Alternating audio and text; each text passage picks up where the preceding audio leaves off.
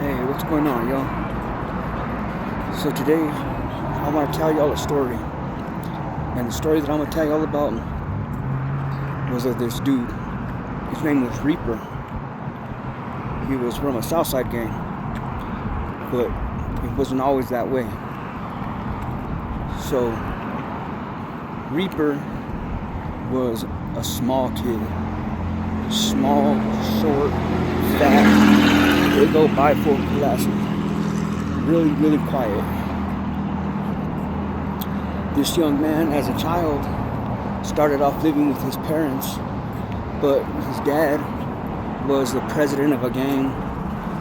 His mother was always at work, always doing whatever she was doing, and the house was an abusive home.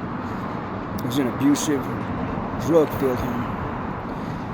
One day, this kid Reaper, he went home, He went home with his father to walk into a little small cockroach-infested apartment. And this guy Reaper, his dad was illiterate. Could not read or write. And him and Reaper walked into their apartment to find change and a little note that said, "Here's enough money to get you to your mom's." Talking about Reaper's dad's mom. And Reaper's dad couldn't read, so next door to where they lived at the time, there was a place called Western View, and it was a restaurant. So they go over there. He takes the note, has one of them read it, and they tell him what it says. Here's change to get to your mother's house. At this time, the buses weren't very expensive. They were super cheap, maybe a quarter, something like that. It was a long time ago. And so they go to Reaper's grandmother's.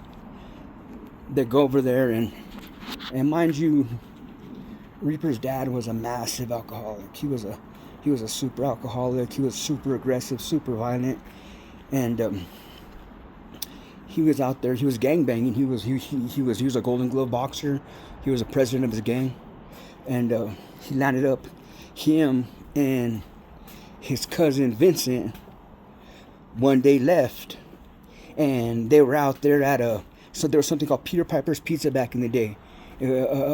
Before that, it was called Pistol Pete's, and they went to Pistol Pete's, and Reaper's dad at that time was super flirtatious. He was a ladies' man, so he goes out there and he's flirting with.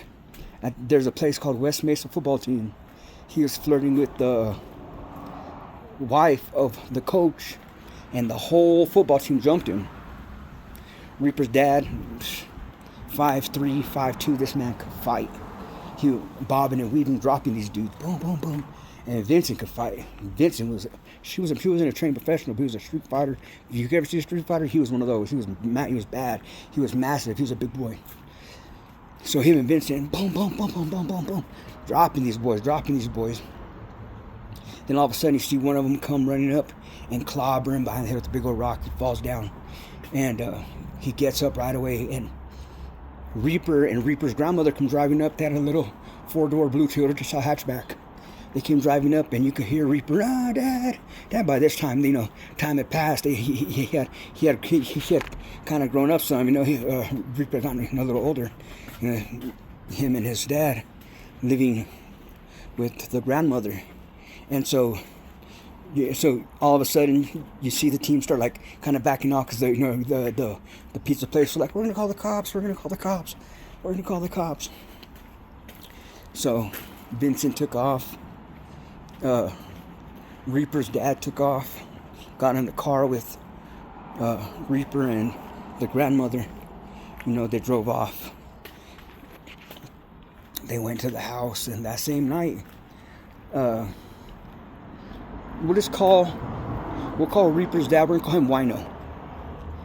Wino takes off, and he lands up going over to Vincent's house, which was his aunt Vincent's mom. And they go over there, and next door was, I guess, some of the friends of that football team's coach. So I don't know how exactly it went down, but from what I was told was that they landed fighting. They're fighting their way into the street. And once again, Vicente and Wino were putting them hands on them boys, So one of them ran. This was at the corner of a street. I don't know if any of y'all know the street.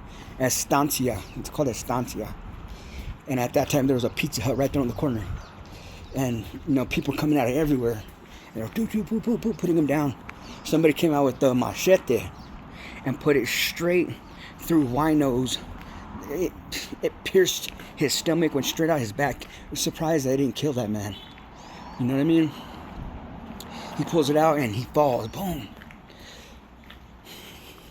Vicente's banging these dudes out. The guy who stabbed him took off running. So, next thing you know, Vicente gets on the phone and calls up Wino's mom. We'll call her Catalina. Calls up Catalina. She goes over there and same thing. This little blue tortoiseshell hatchback. Reaper was in the back seat with the window barely open, the door locked, and the child locked. He couldn't get out. The mom was screaming and crying. You see his dad lying on the floor, in the middle of the floor pile. It's a big old thing of blood just laying there, motionless. Reaper said that he remembered them opening the back seat, picking up Wino and putting him in the back seat with Reaper, bleeding, everything, and that he got pushed in and Vicente jumped in, and that he was just smashed up against the car door on the other side. And so they get him to the hospital. He gets stitched up. He takes him a while, but he recovers. During this time, he had gotten back with his Reaper's mother. He had gotten back with her, and things were shaky. They're both addicted to drugs. Lived in a little tiny place across from that Western View place I was telling you about. And like I said, Wino's recovering. His body's come on, get me stabbed with the machete. You gotta just imagine what type of healing that takes. So during that time, Wino's marriage was already shaky. So, the wife starts going out. Reaper's mom's wife. Reaper's mom's, starts going out on her father. Starts going out on her dad, on the dad. Gets to messing around. And I don't know how long she was doing this for, but Wino landed up healing. He healed up. Time passed, he healed up. They still lived in this little spot across from Western View. Well, one day it's dark, and he walks outside. He hears something going on. He walks outside, and as he walks outside, he catches his wife with kissing on another man. And if you guys have been paying attention to my story, then you could already imagine kind of how that went. He gets to beating the dude crazy. He gets to beating him, and you hear the woman scream, no, stop. And Wino's just beating this dude, beating him blind. So he turns around because the mother kept getting in the way, though. His wife kept getting in the way. He turns around, and he landed up. When he turned back, he landed up getting hit with a 7-iron. Those things that take off the lug nuts on tires. He got like 3 or 4 times with that. Got dropped, and then drove away, Same thing happens, They separate. He lands up going and staying with his mom. And that's where Reaper lives now. Reaper staying there for a certain amount of years while he was growing up. Reaper stood right there with his grandmother, from that point where she had left that change, Reaper stood with the grandmother. So anyway, he recovers, time passes, he recovers, and the same thing. He lands up getting back with the woman. They land up together, moving into Catalina's house. And imagine, Catalina, after she's seen everything that kept happening with the wife, she didn't like her very much. She hated her. Bad word to say, but she hated her. But she still let her move in. She loved her son. She loved her son a lot. So she let him move in. She gave up. I think she had a 4-bedroom house. She let them have one of the bedrooms. She had a bedroom of her own, which was, that'll be another story though, which was the grandfather, who was a zoot suiter. He was a zoot suiter named Fernando, but he was dead by this time. So lets them in. Now, there was 2 daughters that were already from another man that this woman had. We'll call her Tere. That Tere had from another man prior to her meeting Wino. And they were African American girls, 2 of them. And if anybody knows how California can be, then African American and Mexican back in the 80s, 90s, longer than that, probably even now, they really just didn't get along well. And this is what type of home that we were all in, abuse, violence, alcohol, Wino almost getting killed multiple times. So anyhow, they're back together, and finally they land up, Ted and Wino land up moving to another spot. They moved out of that spot and moved into a place called Bridgepoint Apartments. It was a little apartment complex. Pretty, it was decent, it was fair. And Daddy was trying to talk Reaper into moving back. At this time he had a mind of his own. His grandmother was like his mother, and he was already old enough to kind of, and you're going to come back, I love you, I made a mistake. This is not the next. They landed up forcing him. She had, the grandmother didn't have custody, so the mother had say, where it was all said and done, the mother had say. She ended up getting him back. She got him back, made him move in. Now by this time, Reaper was like 7, 8, roughly in that area, in that realm. And he goes, and the streets aren't nice to young men who aren't street smart. So at this time, Reaper wasn't super street smart. So he go out there. He landed up meeting 3 African American kids. Shavar, Derek, and Mark. They were super, super, super cool. And they taught Reaper everything that it took to know the streets.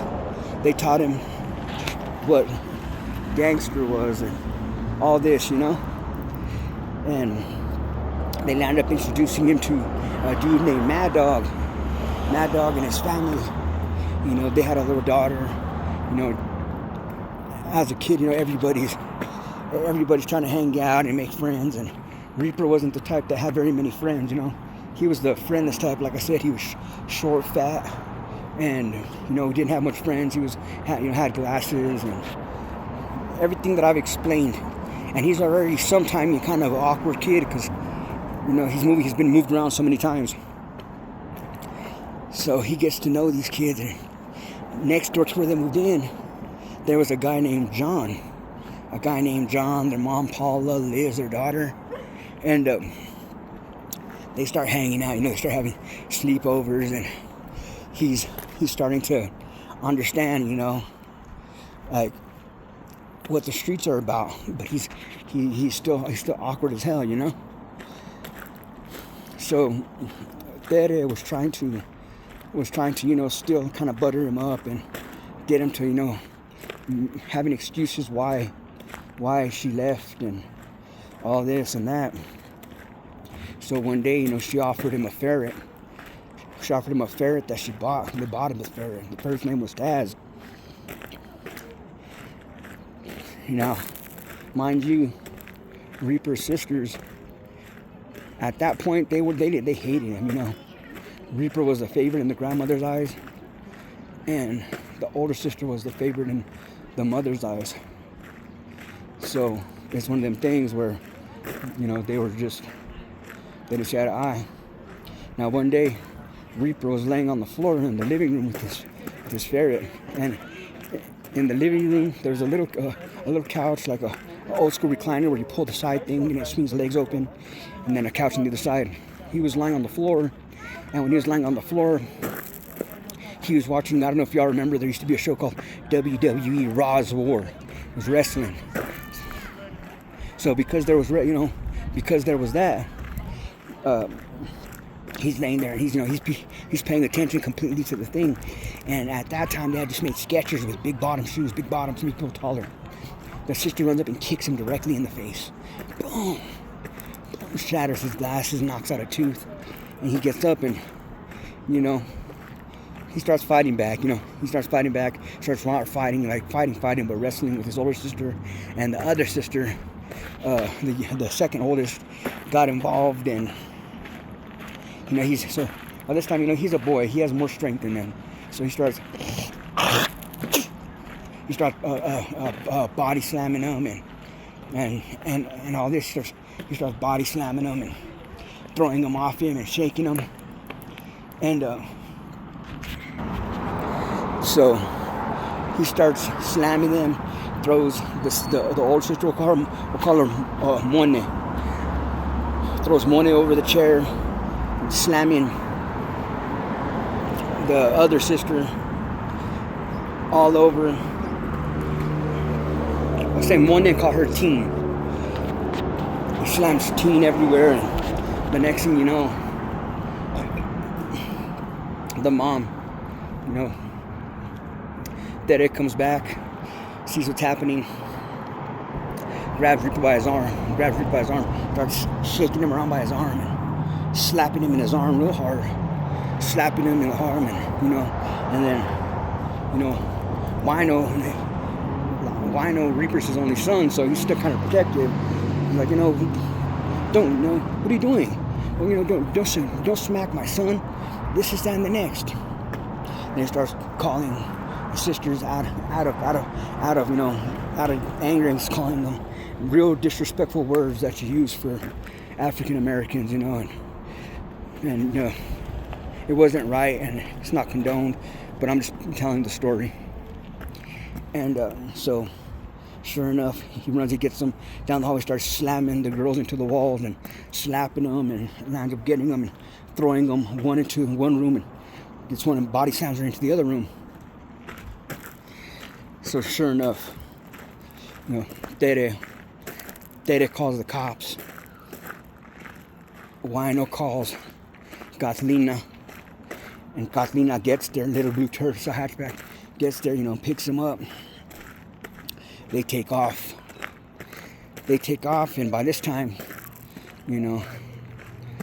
Tere had already called the cops. You know what I'm saying? She had already and kind of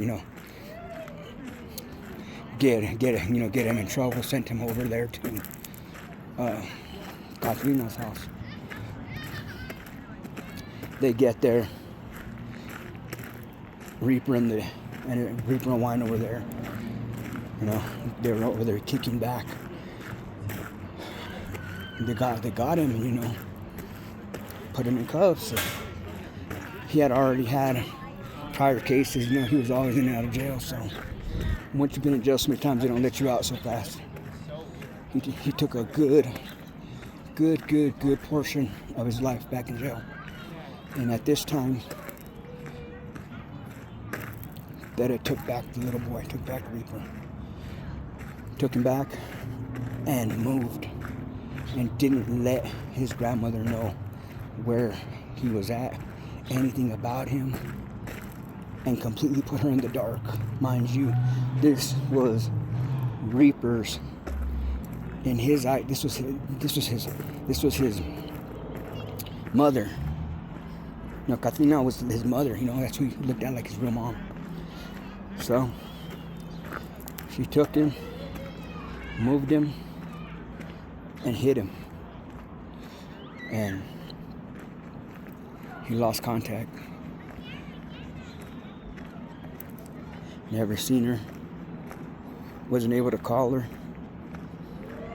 Imagine being taken from somebody who pretty much raised you, saved you from abuse, saved you from, was just your shade.